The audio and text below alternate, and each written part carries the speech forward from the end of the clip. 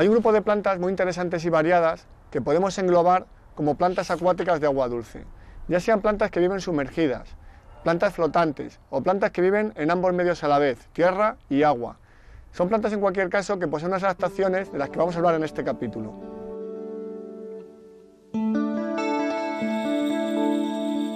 En este estanque tenemos una pequeña representación de plantas acuáticas. Por ejemplo, tenemos esta trapa, que como veis es una planta flotante. Yo cogeré una hoja para que veáis cómo se las ingenia para flotar. ¿Veis? A mitad de tallo más o menos tiene una vesícula que voy a apretar, ¿ves? Está llena de aire y sirve de flotador para que la planta nunca pierda la estabilidad y pueda flotar sin mayor problema. Otra planta interesante que podemos ver aquí es una hepática acuática que se llama ricia. Las ricias son estos pequeños tallos filamentosos que van creciendo en forma de madeja y que van cubriendo la superficie del agua, incluso también troncos o piedras que estén sumergidas. No florece ya que es una hepática y simplemente se limita a echar pequeños tallos que se van entrelazando y que veis que tiene un color verde muy vivo y muy bonito. Vamos a empezar hablando, dentro de las plantas acuáticas, de las plantas flotantes. Hay plantas flotantes como la lenteja de agua, que podemos verla en cualquier río o charca. La lenteja de agua es una de las plantas de flor más diminutas que existen. Con sus apenas 2 milímetros de diámetro, esta planta, que podemos ver en cualquier parte de la península, en arroyos, en charcas, tiene un sistema muy básico. Es un tallo hoja de manera circular de un color verde intenso, que a veces se va dividiendo para producir más masas de lenteja de agua, una pequeña raíz flotante que coge los nutrientes del agua y a veces una diminuta flor con la que saca a veces semillas. Pero esto es raro de encontrar. Normalmente la lenteja de agua se va reproduciendo por gemación. Igual que la lenteja de agua es diminuta, hay otra planta flotante que es todo lo contrario, es gigantesca, porque son hojas flotantes también, pero de hasta 2 metros de diámetro. Estamos hablando de la Victoria regia, un nenúfar que vive en zonas amazónicas, en aguas amazónicas, y que, para que os hagáis una idea de la envergadura y la fuerza que tiene esta hoja, incluso un niño pequeño puede subirse encima sin hundirse. Es una verdadera barca. Esas serían las nervaduras que de alguna manera sostienen toda la estructura de la hoja. Saca una vez al año del fondo del agua un tallo floral que se abre en la superficie. Es una flor magnífica, no demasiado grande, no tan grande como las hojas ni mucho menos, pero es una flor realmente extraordinaria. Suelen tener un color rosa pálido. Las plantas flotantes se les han ingeniado precisamente para eso, para flotar, y cuentan en su base con flotadores naturales. Si dibujo aquí una hoja de un jacinto de agua, podemos observar cómo del tallo principal emerge una especie de vesícula bastante grande. Aquí continuaría el tallo con la hoja del susodicho jacinto de agua. Aquí saldrían, por ejemplo, otros tallos con otras vesículas, además que son muy eficaces porque hacen que la planta no se hunda. Y además a la planta le da mucha movilidad y son fácilmente arrastrables por la corriente y de esta manera pueden colonizar muy rápidamente muchos sitios por lejanos que estén. Y aquí tendría las raíces, el jacinto de agua, ya que son plantas flotantes y la raíz pende del agua simplemente absorbiendo los nutrientes que están disueltos en ella. Otra estrategia interesante es la de la pistia o lechuga de agua. Cuando tiene cierto tamaño, esta planta flotante genera unos pequeños tallos de los que salen otras nuevas plantitas pequeñitas.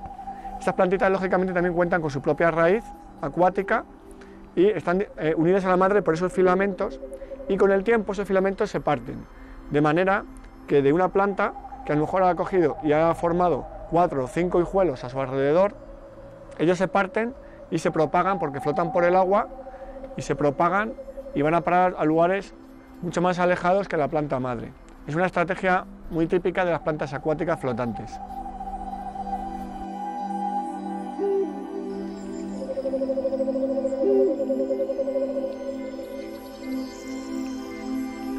Otra planta de la que me gustaría hablaros, porque es muy típica de la península y que a veces forma tapices de flores en la superficie del agua espectaculares, es el ranúnculo. Los ranúnculos viven en masas de agua, a veces aguas tranquilas o incluso a veces aguas con más movimiento. El ranúnculo empieza siendo una pequeña semilla en el fondo del lodo, en el fondo de la charca, genera una raíz que atrapa nutrientes y un montón de tallos con hojas filamentosas, son hojas que se parecen como cabellos. Son hojas muy bonitas que a veces con el movimiento del agua tienen movimientos muy oscilantes y realmente fascinantes. Los ranúnculos, una vez que ya tienen cierto tamaño, emiten unos tallos florales que emergen fuera del agua y son esos tallos que digo yo que llegan a formar esas masas de flores blancas tan perfumadas que vemos en primavera en la mayoría de los ríos españoles. Son plantas bien interesantes porque cuando parte de sus tallos emergen fuera del agua, producen unas hojas muy diferentes a las que tienen sumergidas. Son hojas en forma de trébol, de pequeño trébol de color verde. Parece mentira, viendo esas dos hojas de la misma planta, cómo pueden ser obra del mismo vegetal.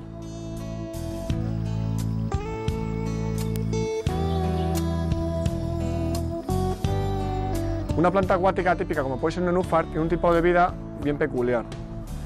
Imaginaos que ese nenúfar ha brotado de ese rizoma en cuanto comienza la primavera. ¿Qué es lo primero que hace? Saca un montón de tallos, de hojas, hasta la superficie, y cuando tocan la superficie esas hojas se transforman en discos. Originalmente el nenúfar tiene una hojita muy cerrada, como si fuera una especie de pliegue en forma de X.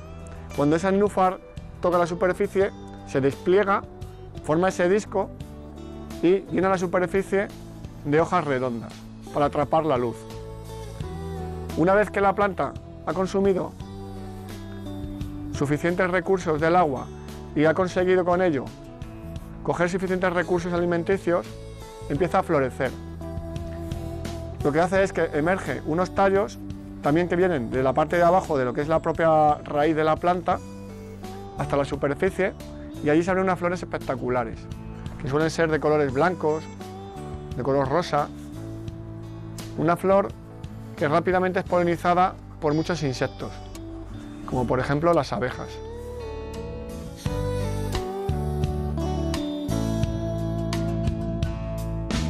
Una vez que esas flores han fructificado, las semillas suelen ser de un tamaño más o menos grande en comparación con el resto de la planta, también del tamaño, por ejemplo, como si fuera una bellota, para entendernos, y suelen caer de ese fruto, como son semillas muy pesadas, caen al fondo del agua y se van a anclar en el fondo. Es una semilla bastante pesada que se va a quedar ahí latente hasta la primavera siguiente, que es cuando va a empezar a germinar.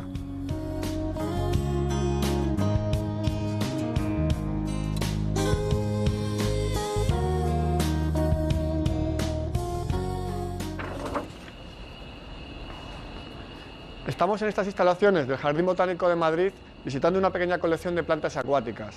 Hay plantas de muchos tipos, flotantes, sumergidas, musgos, incluso helechos flotantes. Así que vamos a empezar a descubrir algunas de ellas.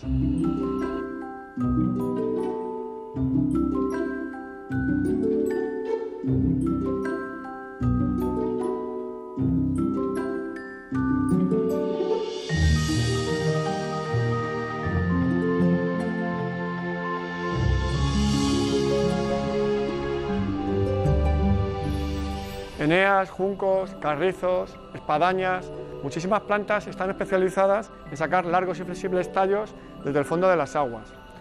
Estas plantas suelen tener unos rizomas y raíces que viven en el fango y para hacer la fotosíntesis lo que tienen que hacer es sacar estos largos tallos, como el de este papiro, para buscar la luz. Estos tallos suelen ser elásticos y a la vez bastante largos y flexibles, como es los de este papiro. Pensar que con estas fibras antiguamente se hacían papeles y pergaminos. También hay, por ejemplo, musgos acuáticos, como estos Sphagnum. Los Sphagnum son los responsables de un ecosistema muy peculiar, las turberas. Las turberas se forman porque los Sphagnum van creciendo año tras año en pequeñas capas, de manera que van dejando los tallos muertos enterrados a su paso. Forman gruesas capas, a veces de varios metros de espesor, de una sustancia orgánica muy ácida en la que crecen pocas plantas. Digamos que va creciendo la parte viva hacia arriba y va dejando los tallos inertes van enterrándose, van formando capas cada vez más gruesas, hasta que llega un momento en el que forman verdaderas capas de colchón, donde vive una comunidad de plantas muy interesantes, entre ellas las carnívoras. Dentro de las plantas que poseen sus raíces bajo el agua, tenemos este precioso aro. Fijaos en la flor, qué grande y qué bonita, y está totalmente abierta, dispuesta a que cualquier abeja o insecto la polinice. Otra planta que podemos observar es el jacinto acuático. Es una planta flotante con una bella floración que por desgracia ha invadido muchos cauces de la península ibérica. Es una especie invasiva. Por desgracia, muchas de estas plantas flotantes, gracias a que son muy fáciles de diseminar por las corrientes, acaban en pantanos, ríos o embalses, en sitios donde realmente hacen mucho daño, ya que llegan a tapizar grandes extensiones de superficie del agua y no dejan que pase la luz al fondo del embalse, donde de alguna manera pueden estropear la cadena trófica de las algas, peces que viven en ese entorno.